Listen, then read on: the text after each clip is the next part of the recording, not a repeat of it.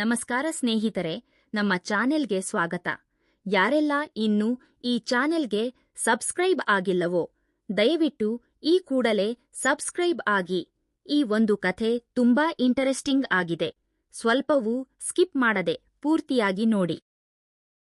ಒಂದು ದೊಡ್ಡ ಕಂಪನಿಯಲ್ಲಿ ಐಶ್ವರ್ಯ ಎಂಬ ಯುವತಿ ಕೆಲಸ ಮಾಡುತ್ತಿದ್ದಳು. BSc ಮುಗಿಸಿದ ನಂತರ ಮನೆಯ ಪರಿಸ್ಥಿತಿಯನ್ನು ಕಂಡು ಅವಳು ಇನ್ಸೂರೆನ್ಸ್ ಕಂಪನಿಯೊಂದಕ್ಕೆ ಕೆಲಸಕ್ಕೆ ಸೇರಿದ್ದಳು.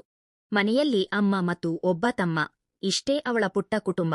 ಮುಳುಗುವವರಿಗೆ ಹುಲ್ಲುಕಂಡಿಯ ಆಸರೆ ಎನ್ನುವ ಹಾಗೆ. ಅವಳ ಆಪ್ತ ಗೆಳತಿ ಅನು ಕೂಡ ಅದೇ ಕಂಪನಿಯಲ್ಲಿ ಕೆಲಸ ಮಾಡುತ್ತಿದ್ದಳು. ಆದರೆ ಇಬ್ಬರದು ಬೇರೆ ಬೇರೆ ಡಿಪಾರ್ಟ್ಮೆಂಟ್. ಐಶ್ವರ್ಯ ಪ್ರತಿದಿನ ಬೆಳಗ್ಗೆ ಬೇಗ ಎದ್ದು ಅಡುಗೆ ಮಾಡಿ ತಮ್ಮನಿಗೆ ಟಿಫನ್ ಮಾಡಿಸಿ ಹೊರಡುತ್ತಿದ್ದಳು. ತನಗೂ ಮತ್ತು ತಮ್ಮ ಅಜಿತ್ಗೆ ಲಂಚ್ ಬಾಕ್ಸ್ ರೆಡಿ ಮಾಡಿಕೊಂಡು ಹೋಗುವವಳು. ಅವಳ ಅಮ್ಮನದು ಕೇವಲ ಪೂಜೆ, ಮಂತ್ರ, ಜಪತಪ ಹಾಗೂ ಮಗಳ ಮದುವೆಯದ್ದೇ ಚಿಂತೆ. ಮದುವೆ ಇಷ್ಟವಿಲ್ಲದ ಐಶ್ವರ್ಯ ಸದಾ ತಮ್ಮನ ಭವಿಷ್ಯದ ಬಗ್ಗೆ ಯೋಚಿಸುತ್ತಿದ್ದಳು. ದುಡಿಯುವ ತಾನೊಬ್ಬಳು ಮನೆ ಬಿಟ್ಟು ಹೋದರೆ ಮುಂದೆ ಮನೆಯ ಗತಿಯೇನು ಎನ್ನುವ ಚಿಂತೆ ಅವಳನ್ನು ಕಾಡುತ್ತಿತ್ತು. ಅಮ್ಮ ಎಷ್ಟು ಹುಡುಗರನ್ನು ತೋರಿಸಿದರೂ ಏನಾದರೊಂದು ನೆಪ ಹೇಳಿ ತಳ್ಳಿ ಹಾಕುತ್ತಿದ್ದಳು.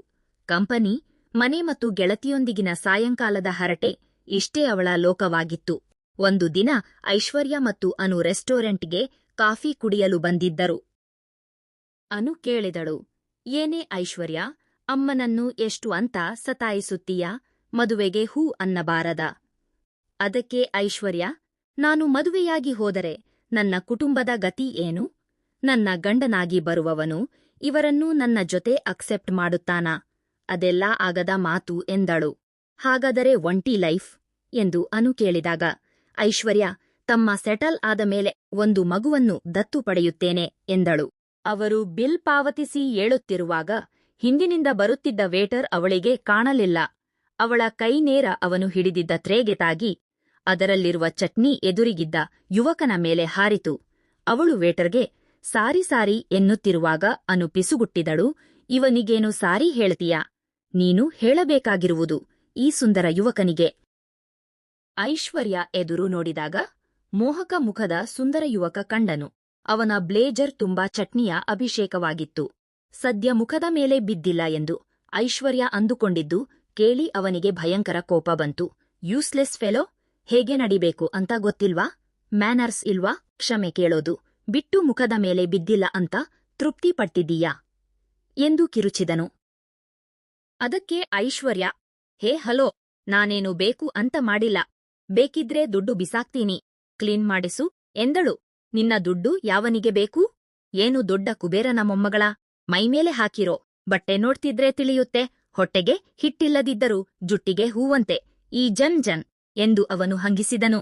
ಇದರಿಂದ ಕೆಂಡಾಮಂಡಲವಾದ ಅವಳು, ನಾನು ಕುಬೇರನ ಮೊಮ್ಮಗಳಲ್ಲದಿದ್ದರೂ ನೀನು ಶುದ್ಧ ರಾವಣನ ವಂಶದವನು ಎಂದು ಜಗಳವಾಡಿದಳು. ಮ್ಯಾನೇಜರ್ ಬಂದು ಸಮಾಧಾನಪಡಿಸಲು ಪ್ರಯತ್ನಿಸಿದರು. ಅವನು ತನ್ನ ಬ್ಲೇಜರ್ ತೆಗೆದು ಮ್ಯಾನೇಜರ್ ಕೈಗಿಟ್ಟು, ಇದರ ಬಿಲ್ ಇವಳ ಹತ್ತಿರ ತಗೊಳ್ಳಿ ಎಂದು ಮುಂದೆ ನಡೆದನು. ಐಶ್ವರ್ಯ ಸುಮ್ಮನಿರದೆ, ನಾನು ನಿನ್ನ ದುಡ್ಡು ಇಟ್ಟುಕೊಳ್ಳಲವೋ ರಾವಣನ ವಂಶದವನೇ ಎಂದು ಕೂಗಿ ಹಣವಿಟ್ಟು ಬಂದಳು. ಒಂದು ವಾರದ ನಂತರ ಆಫೀಸಿನಲ್ಲಿ ಹೊಸ ಬಾಸ್ ಬರುವ ಸುದ್ದಿಯಾಯಿತು. ಮೀಟಿಂಗ್ ರೂಮಿಗೆ ಲೇಟಾಗಿ ಹೋದ ಐಶ್ವರ್ಯಳಿಗೆ ಅಲ್ಲಿ ಅದೇ ಯುವಕ ಕಂಡನು. ಅವನೇ ಹೊಸ ಬಾಸ್, ಮಿಸ್ಟರ್ ಸುಜಿತ್ ಅವಳನ್ನೇ ತೀಕ್ಷ್ಣವಾಗಿ ನೋಡುತ್ತಿದ್ದನು. ಮೀಟಿಂಗ್ ನಂತರ ಮ್ಯಾನೇಜರ್ ಐಶ್ವರ್ಯಳನ್ನು ಪರಿಚಯಿಸಿ ಅವಳು ತುಂಬಾ ಟ್ಯಾಲೆಂಟೆಡ್ ಎಂದು ಹೊಗಳಿದರು. ಸುಜಿತ್ ಮಾತ್ರ, ಓ ಹೌದಾ, ಲೆಟ್ಸ್ ಸಿ ಎಂದು ಕುಹಕವಾಗಿ ನಕ್ಕನು.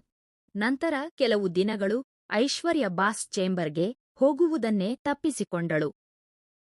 ಆದರೆ ಒಂದು ದೊಡ್ಡ ಪ್ರಾಜೆಕ್ಟ್ ವಿಚಾರವಾಗಿ ಐಶ್ವರ್ಯ ಅದ್ಭುತವಾಗಿ ಪ್ರೆಸೆಂಟೇಷನ್ ಸಿದ್ಧಪಡಿಸಿ ವಿವರಿಸಿದಳು. ಎಲ್ಲರೂ ಮೆಚ್ಚಿದರು. ಎಲ್ಲರೂ ಹೋದ ಮೇಲೆ ಸುಜಿತ್ ಅವಳನ್ನು ಕೆಣಕಿದನು. ಯಾಕೆ ಇನ್ನೂ ಸಾರಿ ಕೇಳಿಲ್ಲ? ಅದಕ್ಕೆ ಅವಳು, ಅದು ಆಫೀಸ್ ಹೊರಗಿನ ವಿಷಯೆಂದು ಅಲ್ಲಿಂದ ಹೊರಟಳು. ಅಷ್ಟರಲ್ಲಿ ಕಂಪನಿಯ ಡೇಟಾ ಲೀಕ್ ಆದ ಆರೋಪ ಐಶ್ವರ್ಯ ಮೇಲೆ ಬಂದಿತು. ಸುಜಿತ್ ಅವಳಿಗೆ 15 ದಿನಗಳ ಸಮಯ ನೀಡಿ ಹೊಸ ಐಡಿಯಾ ಜೊತೆ ನಿನ್ನನ್ನು ನೀನು ಸಾಬೀತುಪಡಿಸು, ಇಲ್ಲವಾದರೆ ರಿಸೈನ್ ಮಾಡು ಎಂದನು. ಐಶ್ವರ್ಯ ಹಗಲು ರಾತ್ರಿ ಕಷ್ಟಪಟ್ಟು ಕೆಲಸ ಮಾಡತೊಡಗಿದಳು. ಒಂದು ರಾತ್ರಿ ಟೇಬಲ್ ಮೇಲೆಯೇ ನಿದ್ರೆಗೆ ಜಾರಿದ ಅವಳನ್ನು ಕಂಡು ಸುಜಿತ್ ಎಬ್ಬಿಸಿ ಮತ್ತೆ ಜಗಳ ತೆಗೆದನು. ಇವಳು ನೀನು ರಾಕ್ಷಸೆಯೆಂದು ಬೈಯುತ್ತಾ ಬಾತ್ರೂಂ ಕಡೆ ಓಡಿದಳು. ತನ್ನನ್ನು ಕೆಣಕುತ್ತಿದ್ದ ಬಾಸ್ನನ್ನು ಬೈಯುತ್ತಿದ್ದವಳನ್ನು ಸುಜಿತ್ ಬಾತ್ರೂಂ ಬಾಗಿಲಲ್ಲೇ ಹಿಡಿದು ಕಾಲೆಳೆದನು. ಮರುದಿನವೂ ಅವಳು ಸುಸ್ತಾಗಿದ್ದರೂ ಕೆಲಸ ಮುಗಿಸಿದಳು. ಅವಳ ಸತತ ಪರಿಶ್ರಮದಿಂದ ಪ್ರಾಜೆಕ್ಟ್ ಯಶಸ್ವಿಯಾಯಿತು. ಕೊನೆಗೆ ಸುಜಿತ್ ಅವಳನ್ನು ಕರೆದು ತನ್ನ ಪ್ರೀತಿಯನ್ನೂ ನಿವೇದಿಸಿಕೊಂಡನು. ಅಂದು ರೆಸ್ಟೋರೆಂಟ್ನಲ್ಲಿ ನಿನ್ನ ಜಗಳದ ಗುಣವೇ ನನಗೆ ಇಷ್ಟವಾಯಿತು ಎಂದು ಸತ್ಯ ಒಪ್ಪಿಕೊಂಡನು. ಅವಳ ಅಮ್ಮ ಮತ್ತು ತಮ್ಮನ ಜವಾಬ್ದಾರಿಯನ್ನು ತಾನೇ ಹೊರುವುದಾಗಿ ಭರವಸೆ ನೀಡಿದನು. ಸುಜಿತ್ ಒಬ್ಬ ದೊಡ್ಡ ಉದ್ಯಮಿಯ ಮಗನಾಗಿದ್ದರೂ ಐಶ್ವರ್ಯಳನ್ನು ಅತೀವವಾಗಿ ಪ್ರೀತಿಸಿದನು. ಮನೆಯವರ ಒಪ್ಪಿಗೆಯೊಂದಿಗೆ ಇಬ್ಬರಿಗೂ ಅದ್ಧೂರಿ ಮದುವೆಯಾಯಿತು. ಈಗ ಅವರ ಜೀವನ ಸುಖಮಯವಾಗಿದೆ. ದತ್ತು ಪಡೆದ ಮಗು ಸೇರಿದಂತೆ 3 ಮಕ್ಕಳೊಂದಿಗೆ ಅವರು ಸಂತೋಷವಾಗಿದ್ದಾರೆ. ಒಂದು ಪುಟ್ಟ ಜಗಳ ಹೇಗೆ ಇಬ್ಬರನ್ನೂ ಹತ್ತಿರ ತಂದಿತು ಎಂಬುದು ದೇವರ ಇಚ್ಛೆಯೇ ಸರಿ. ಈ ಕಥೆ ಇಷ್ಟವಾದಲ್ಲಿ ಲೈಕ್ ಮಾಡಿ, ಶೇರ್ ಮಾಡಿ ಮತ್ತು ನಮ್ಮ ಚಾನೆಲ್ಗೆ ಸಬ್ಸ್ಕ್ರೈಬ್ ಆಗಲು ಮರೆಯಬೇಡಿ. ಧನ್ಯವಾದಗಳು.